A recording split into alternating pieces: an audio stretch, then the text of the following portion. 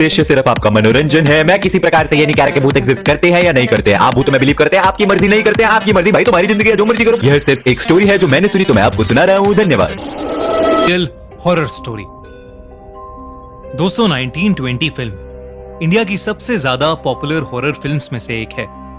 लेकिन क्या आपको पता है कि इसकी शूटिंग एक ऐसी जगह हुई है जिसके ऊपर खुद एक हॉरर फिल्म बन सकती है। एलर्टन कासल। कैसल दुनिया की सबसे हॉन्टेड जगहों में से एक है। ये सिर्फ अपनी ब्यूटी के लिए ही नहीं बल्कि अपने हॉरर लेजेंड्स के लिए भी फेमस है।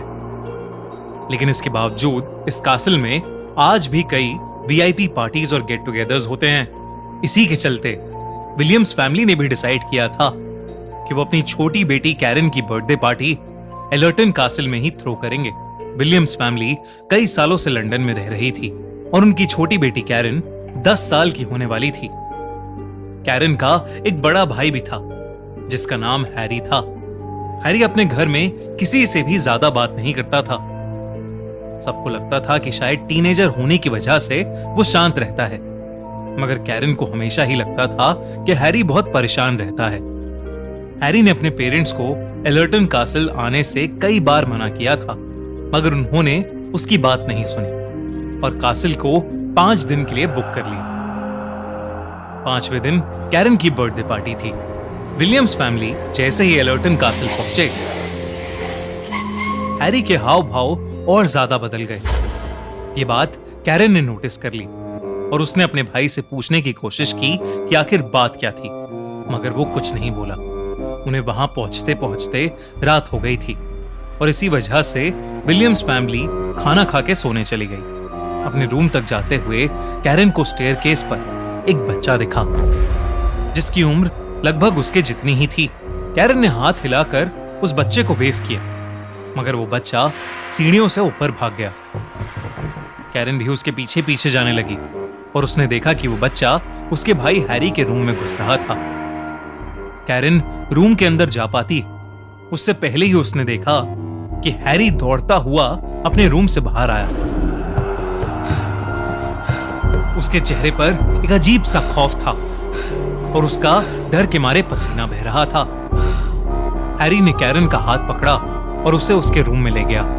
कैरन को अपने भाई के हाव भाव बिल्कुल समझ नहीं आ रहे थे, तो उसने हैरी से उस बच्चे के बारे में पूछा। हैरी ये सुनकर चौंक गया और उसने कैरन को उस बच्चे से दूर रहने को कहा। इसके बाद वो दोनों अपने अपने रूम में सो गए। सोते हुए कैरन को ऐसा लगा कि जैसे उसके सर पर किसी ने हाथ रखा था और धीरे धीरे वो हाथ उसके गले तक जा रहा था और अचानक ही उसे चोक करने लगा था। कैरन ने जैसे ही आंख खोली उसके होश उड़ गए। हैरी उसके ऊपर बैठा उसका गला दबा रहा था। कैरन डर के मारे चिल्लाने लगी और तभी उसके पेरेंट्स भागते हुए रूम में आ गए। कैरन ने अपने पेरेंट्स को बताया कि कैसे हैरी उसे मारने की कोशिश कर रहा था। उसके पेरेंट्स ये सुनकर घबरा उठे। हैरी ने कभी भी ऐसा कुछ नहीं किया था। हैरी अचानक ही रोने लगा और कहने लगा कि जब उसने देखा तो कैरन की जगह कोई डरावना सा इंसान बेड पर सोया हुआ था और इसलिए हैरी ने उस पर हमला किया था। उसके पेरेंट्स को लगा कि शायद हैरी को किसी तरीके का भ्रम हुआ होगा, इसलिए उस रात उन्होंने हैरी को अपने रूम में ही सुला लिया।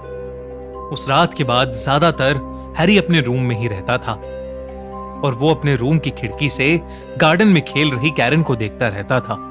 कैरन की बर्थडे पार्टी से 2 दिन पहले उसके मॉम डैड एलर्टन कासल से दूर किसी काम से गए थे। कैरन को कासल में अक्सर वो बच्चा नजर आया करता था जिसे उसने पहले दिन देखा था। उसी रात कैरन अपने रूम में बैठी अपनी बर्थडे ड्रेस को पहनकर देख रही थी कि तभी उसने शीशे में देखा कि वही बच्चा उसके रूम में झांक रहा है। कैरन जैसे ही मुड़ी तो वो बच्चा अब वहां नहीं था। कैरन दरवाजे से निकलकर कॉरिडोर में गई और उसने देखा कि वो बच्चा स्टेयरकेस के पास खड़ा स्माइल कर रहा था, मानो कैरन को अपने साथ खेलने के लिए बुला रहा हो। कैरन भी उसकी तरफ बढ़ने लगी, मगर तभी अचानक कुछ ऐसा हुआ कि कैरन के पैरों तले जमीन खिसक गई। कॉरिडोर के अंधेरे से एक बहुत ही डरावना आदमी हाथ में हथौड़ा लिया आया और उसने वो हथौड़ा सीधा उस बच्चे के सर पर मार दिया। वो बच्चा उस वार की वजह से सीढ़ियों से नीचे गिर गया और नीचे गिरते ही गायब हो गया। कैरन ये देखकर बहुत जोर से चिल्ला पड़ी। उस आदमी की नजर कैरन की ओर गई और वो उसकी तरफ आने लगा। तभी हैरी वहां आ गया और उसने अपनी बहन कैरन को धक्का दिया और खुद उस आदमी के सामने आ गया। वो आदमी हैरी के आर पार हो गया और ऐसा होते ही वो आदमी भी वहां से गायब हो गया। मगर हैरी बुरी तरह कांपने लगा। उसकी आंखें सफेद हो गईं और उसके मुंह से झाग निकलने लगे। हैरी वहीं नीचे गिर गया और उसकी बॉडी अकड़ने लगी। वो बहुत ही ज्यादा भयानक लग रहा था। देखते ही देखते हैरी बिल्कुल शांत हो गया। उसकी मौत हो चुकी थी। ये देखकर कैरन सर से लेकर पांव तक खौफ में थी। कुछ देर तो वो वहीं जमी खड़ी रही, मगर फिर हिम्मत करके वो हैरी के रूम में गई और हैरी के फोन से उसने अपने पेरेंट्स को कॉल किया। जब मिस्टर और मिसेस विलियम्स घर पहुंचे तो कैरन हैरी के रूम में बेहोश पड़ी थी। जब वो होश में आई तब उसे कुछ भी याद नहीं था। पूरी विलियम्स फैमिली इस इंसिडेंट से हिल चुकी थी। उन्होंने जब हैरी का सामान छाना तो उन्हें उसकी एक डायरी मिली जिसमें उसने लिखा था कि उसे मरे हुए लोग नजर आते थे। हैरी ने बचपन में भी ये सब अपनी मॉम को बताने की कोशिश की थी, पर उन्होंने कभी उसका विश्वास नहीं किया और हैरी का मजाक समझकर उसे इग्नोर कर दिया।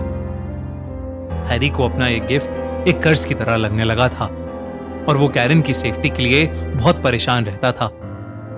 एलर्टन कासिल में आते ही हैरी को वहां रह रही आत्माएं दिखने लगी थीं और वो ये जानकर और परेशान हो गया था कि कैरन को भी उस बच्चे की आत्मा नजर आने लगी थी।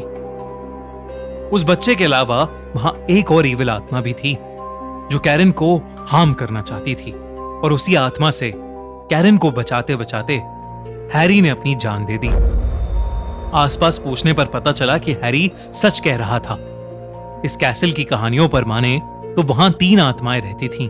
कभी किसी को एक औरत का भूत दिखता था जिससे लोग कैसल की मालकिन कहते थे, तो कभी एक छोटे बच्चे का और साथ ही वहां एक बहुत ही इविल स्पिरिट का भूत भी था। वो लोग कहते हैं कि वो इविल स्पिरिट एक कारपेंटर की है जो उस कैसल में काम करता था। उस कारपेंटर की कैसल के मालिक से लड़ाई हो गई थी और इसलिए उस कैसल के मालिक ने बड़ी बेरहमी से उसे मार डाला था। उस दिन के बाद से पूरी विलियम्स फैमिली कभी कैरन का बर्थडे दोबारा नहीं मना पाई, क्योंकि उसका जन्मदिन अब उन्हें एक बेहद खौफनाक हादसे की याद दिलाता था।